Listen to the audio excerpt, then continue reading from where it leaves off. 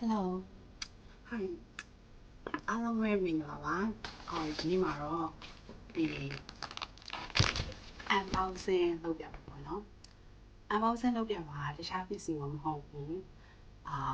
အပင်တူတူရှော့ကနေတခါမှအပင်မမဘူးပေါ့နော် online ပေါ်နဲ့အပင်မှာအဆင်ပြေပါမလားဆိုရတဲ့တွင်းနေတော့ပေါ့နော်ဒါမဲ့လည်းအပင်ဒီ online ပေါ်မှာရောင်းနေကြရပေါ့နော်မှာကြည့်မယ်ဆိုကိုယ်တိုင်လည်းဒါစပယ်ပင် site ရှင်တာရောပြီးတော့စပယ်ပင်တစ်ပင်ကိုမှသူက39ပဲ40 45ပဲအဲ့လိုပဲရှိရအဲ့တော့အဲ့ဒီတစ်ပင်နဲ့ပေါ့နော်delivery ကတွေပါကြတော့အဆင်ပြေနေလို့ဆိုတော့တခြားတော့ကို site ရှင်တဲ့အပင်လေးလည်းမှာလိုက်တယ်တခြား daisy ပန်းလေးတွေပါတယ် daisy ဖြူပါမယ်ပြီး daisy ခင်းရောင်ပါမယ်ပြီးရင်နောက်တစ်ပန်းတစ်ခုတော့ဘာဘန်းများမသိဘူးပေါ့နော်အဲ့ဒီပန်းလေးပါတယ်အဲ့ဒီပန်းလည်းတော်တော်လေးလာရမ်းလာတယ်အဲ့တော့ဒီလေးဖောက်ပြပေးမယ်နော်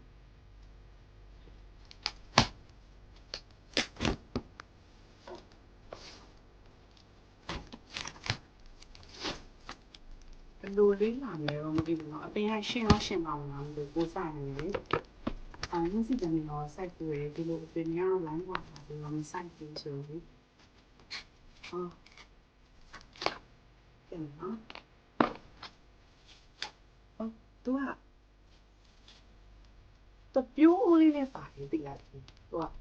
ဦးမပါဘူးထင်လားဦးမပါဘူးထင်တော့အပြင်ကနေပြိုးဦးတော့တက်ပေါ်လေအဲ့လိုမျိုးဒီနေ့ဝယ်လာလိုက်တာတို့တခါလေးအဲ့ဆိုဒီဘက်မှာတခြားဦးရဲ့ဝယ်အောင်ထည့်ကြအောင်လောလောဆယ်ဒီလိုလေးစိတ်ထားရုံနဲ့အဆင်ပြေအောင်ရှင်းပါမရှင်းပါမသိဘူးပေါ့နော်ဒါလိုပန်းနေပွင့်နေပန်းနေပွင့်လာတဲ့ခါကျလို့ရှိရင်အဲ့ခါကျပြခါရ before and after ပေါ့နော် before and after အပင်လေးကတန်တယ်သိလားတကယ်တပင်ကမလေးအဲ့လို50ဝန်းကျင်ပဲရှိတယ်အဲ့လိုအပင်လေးပင်ဆိုတော့လေ200ပဲပေးလိုက်ရတယ်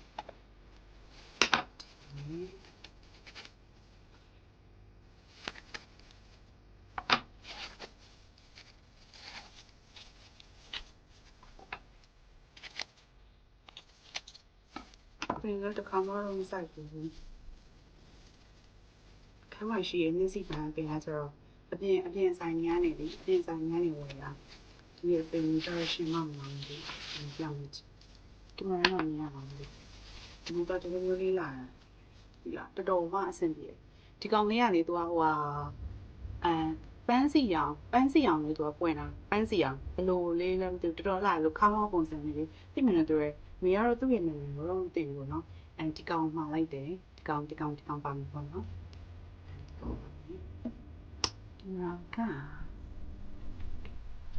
ဒီကောင်ပါမယ်ပေါ့နော်ပြီးလို့ရှိရင်နောက်ထပ်တစ်ပင်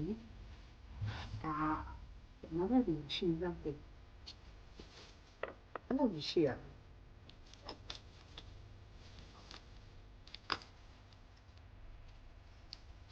နောက်ထပ်တစ်ပင်က daisy plant တောင်းရတယ်သူကလည်းအပင်နဲ့ဟိုပတ်သက်ပြီး line ပေါ်မှာရောင်းနေဆိုနေလေပို့ရလို့ရှိရင်နည်းနည်းလေးတော့အလုပ်ရှုပ်နေတယ်ပြောဒီလိုမျိုးတေးရှာလုပ်ပြီးတော့ပို့ရဆိုတော့လေအော်ဒါ daisy plant ကိုအဖြူရရှင်မမလားမသိဘူး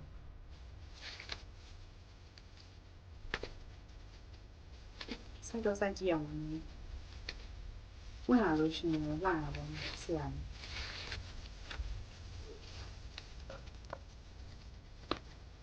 အဲ့လိုမျိုးတင်အိုးရီမွေးပါတော့လေအိုးရီပါပါတယ်ဒီလား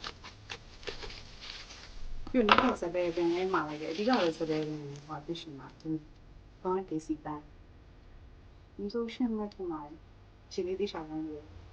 အန်စားတယ်ဒီမှာချက်ပင်ကဒီကောင်စပယ်ချက်တော့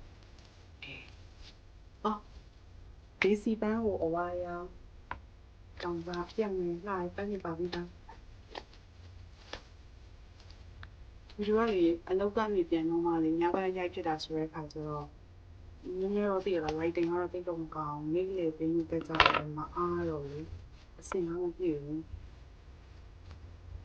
တကယ်လုံးဝအဲ့လိုမျိုးဒီ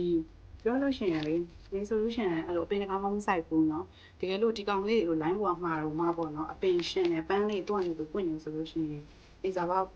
ဝယ်ဆိုင်လောက်အဆင်ပြေတယ်လားအဲဆိုအပြင်ဆိုင်တွေမှာဆိုဒီလိုပန်းတင်ရအနည်းဆုံး150လောက်မှရှိနေထင်တယ်ပေါ့နော်ဘာလဲဆိုတော့ပုံမှန်ချင်းစီပင်တော့မှ200ကျော်လောက်ပေးရတယ်ဆိုတော့လေ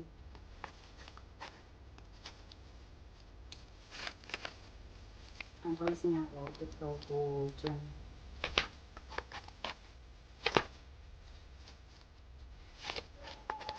တော့ကကြီးနဲ့ဖောင်းလို့ပြမယ်နော်ခဏလေးအဝါရောင်လေးလောက်ဒီလိုရမ်းလေးဒီမကြည့်လိုက်လာရည်ဒီစီပန်းဟောလေးအောက်စားလေးမှလေးတာတော့တူတော့မလို့နဲ့အရွက်မတူဘူးနဲ့တိလားဘယ်လိုခေါ်လဲတော့မသိဘူးများတော့ဖြစ်တော့ကောင်းတော့ဒီစီလို့ခေါ်လာမသိဘူးပန်းနဲ့ပတ်သက်ပြီးအဲ့လောက်လည်းနားမလည်ပါဘူးဒီမကြည့်လိုက်ဒီမပန်းအဝါရောင်လေးလာရည်ချစ်စရာလေးကြည့်အောင်ရှင်ပါစေရှင်ပါစေโอเคနောက်ထပ်တစ်ပင်ထပ်ပြမယ်ဘူးရရမ်းရှိသွားမှာဆိုတော့နောက်တစ်ပင်ကစပယ်ပင်ပါမယ်စပယ်ပြမယ်နော်စပယ်မှာလည်းအဖူးတွေနဲ့တော့စပယ်မှာလည်းအဖူးတွေနဲ့ဒီမျိုးရှိစပယ်ပင်ဒီဥစားစပယ်ပင်လေးသိလားအော်လေးပင်မှာလိုက်တယ်အဲ့လေးပင်ကိုစိုက်မယ်ဒီညသူကတော့စိုက်စရာတော့မလိုတော့ဘူးပေါ့နော်သူကအိုးနဲ့တခါပြိုးပြီးသားကိုပိုးပေးရဆိုတဲ့ခါကျတော့ရေလေးလောင်းပြီးတေချာလေးထားပေးမယ်ပေါ့နော်နောက်ပိုင်းတစ်ပြည့်အပင်ကြီးလာရင်တော့အိုးတစ်ချက်ချိန်ပေးရင်ချိန်ပေးရမှာပေါ့နော်အဲ့တော့ဒါအပန်းကြီးကတော့ပွင့်ပြီးသားဆိုတော့တကယ်လို့လုံးဝရှင်းနေဆိုလို့ရှိရင်အဲ့ရှင်းပါတယ်ဆိုရဲဟာလေးဘူဂျိုလေးနဲ့တခါဆက်ပြီးတော့တင်ပေးမယ်နော်အားလုံးမတတာ